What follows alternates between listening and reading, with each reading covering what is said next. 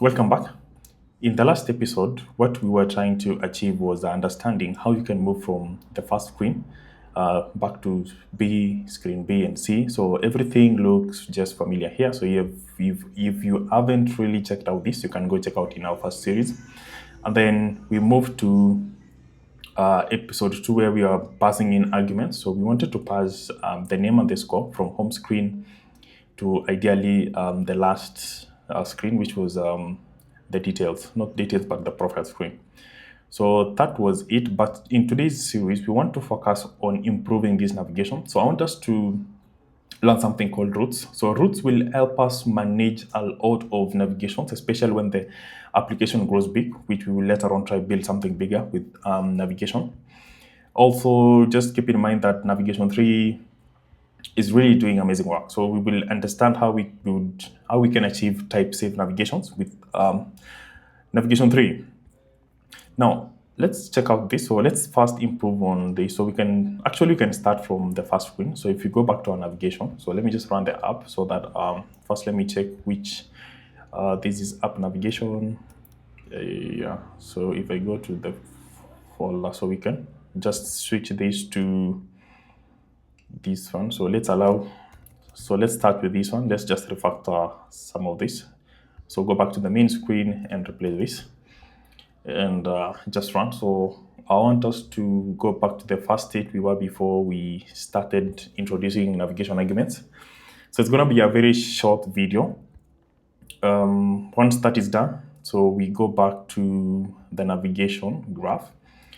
So I want us to, instead of using strings to move within routes, so we are going to use a sailed class, and this class will contain objects which will be our screens.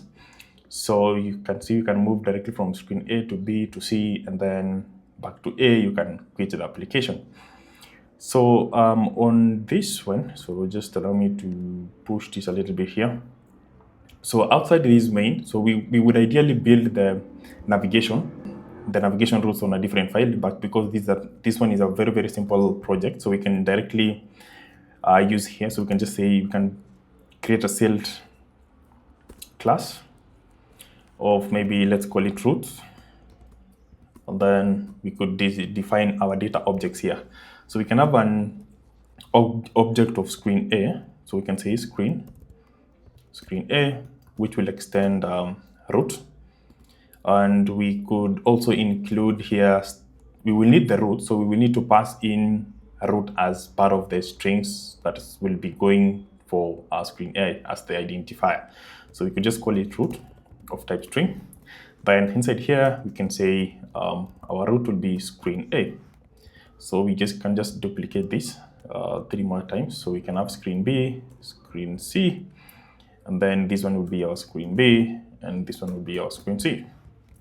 So up to that point, we are done. So this is really a very, very simple class, but an amazing one. So we can now start replacing our routes. So instead of hard coding our routes as string A, so we come back now here to call this class and append our screen A, which will reference our route as screen A. So we could ideally still call it A. So actually, let's just make it simple, A, B, so that it makes more sense.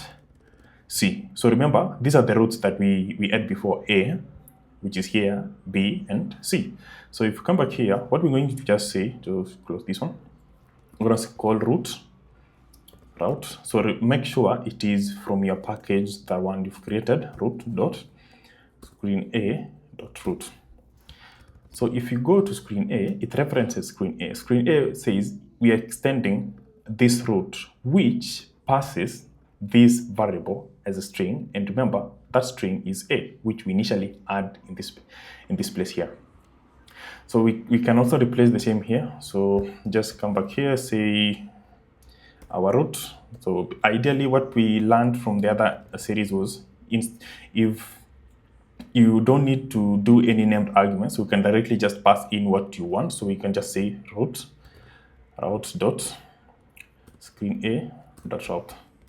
That's done. So it's ideally same as saying route equal to, unless you want to pass other parameters, then you can just use this. But for cleaner code, you can just go to remove that optional parameter. So same thing for B. So we can say route B screen B dot route. Same thing here for this screen C. So route screen C and dot route. Now back to screen C. So remember, okay, let's start from screen B. So we need to move to screen B, root of screen B, which ideally is this guy here. So we're just gonna say route screen B dot route. Same thing here. So we're gonna say route screen. Okay, we are moving from screen B to screen C. Okay, sorry. To screen C dot route. Then from screen C, we are moving back to screen A. So we're gonna say route again dot screen A dot route. So up to this point, everything seems to be working fine. So we have one more similar route here to do. So we're gonna just copy this one here, copy this one, and paste it here. So let's try run our application and see if we've achieved a more cleaner code. So you can see now we don't have random strings within our main navigation.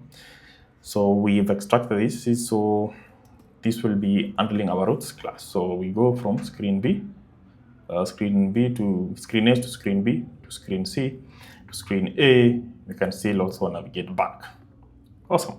So that was a very short and straightforward way of understanding the routes. So you just need to understand that you need to create your route here, and your screens that will be navigating from here. So we have screen A. So if we add other screens that take in params, we would have just added them and specified what they needed. So I'm going to change our navigation now to move back to the navigation arguments. So we go back here on navigation, copy this one, and then back on our main activity, you can just comment that and paste that here. So if we launch our application, so we expect to see our home screen where we add the username underscore. Same thing for the profile screen where we are passing. So let me just say James 4422, where we are passing them to the profile screen. So we also want to clean these navigations. So why we're doing this is our next series will be nested navigation. So which will rely more on routes and serialization, which after the nested, we will be doing serialization. Sorry about that. Back to our navigation graph, given that we don't need to change anything on the composable screens, both on home screen and profile screen. So we will go back to our navigation to just focus on that. So remember our step one on this. So okay, let's say let's not follow this step. So we're going to remove this. This was from the other episode. Now, our first step will be defining these two screens and attaching them to routes. So we're going to say seal class. Just call it routes. This will take in val route. So you can just call anything here, but we prefer naming it using route of type string. And then we can start defining our data object. So we're saying our first screen is home. So we can say home screen. And then we're going to extend the route, and we're going to give it home. So if you come back here, so you see this destination here. So we could ideally rename it as home screen or just say home. So we move from this to now saying our new route will be route dot home screen dot route. So anywhere there is home screen, we're going to replace with this one. So just remove this one here. And then also, yeah, I think it's only these two places. So the other one will be details. So for details, it will be different a little bit because we want to pass our parameters into the profile. It's not, I don't know why I'm confusing details and profile, but we need to pass our data, our parameters into our other screen. So the next thing is to create not a data class, but a data object of type profile screen. And then I'm gonna say extending route. And this route, we're going to pass in our route, which will take in the name, and we're going to also take in the score. Okay, and then we're going to create a very simple function that will create the route that we need to pass here. So we come back here. So ideally, this is the route here, and then we need to, with the help of the route, we need to create this with the appended name in the score. So we're going to create a very simple function create route, which will take in name of type string and score of type string. This will return a string of type profile. You can see profile, and we are going to return our name, and we're going to also return the score. So up to that point, it's similar to what we have done here for our navigation.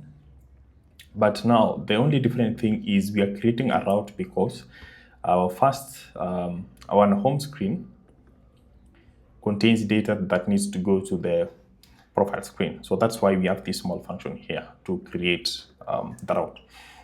So we can now start replacing this. We can just come back here and say on our profile, so we can replace this first. So we can just come say route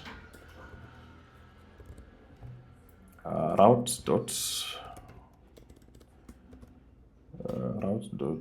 profile screen dot create route, which takes in the name and the score. So we come back here and say name, comma score. So let's move this. So we have one small problem. The error is mismatch. Actual type is string, but it's saying RDOS. Change the type of the function to create route. So let's just go back to create route here. Sorry, this is the problem. Yeah, so that's okay. We can now replace our route for details. So you can just say route dot profile dot route. Yeah, we don't need to change anything here, and we don't need to change anything here. So if we now run our application, we expect that everything works as it was before. Okay, we have crashed the app, so we just go back and check on the logs. We see where the problem is. Cannot set route score name for destination. Following required arguments are missing the score. There's something we have not done right here. So when we go back to our navigation, so we have profile and score. Okay, this is the problem. Okay. We try run the application again. You see now our app is running. Okay, so we're gonna say teams, and our score is 90. And you can see now we can move from home screen to profile screen with a better route navigation. So the next thing will be understanding nested navigation. Then from there, we now go back to how we work with type safe navigation and serializables. Thanks. Make sure you subscribe, and I'll see you in the next video.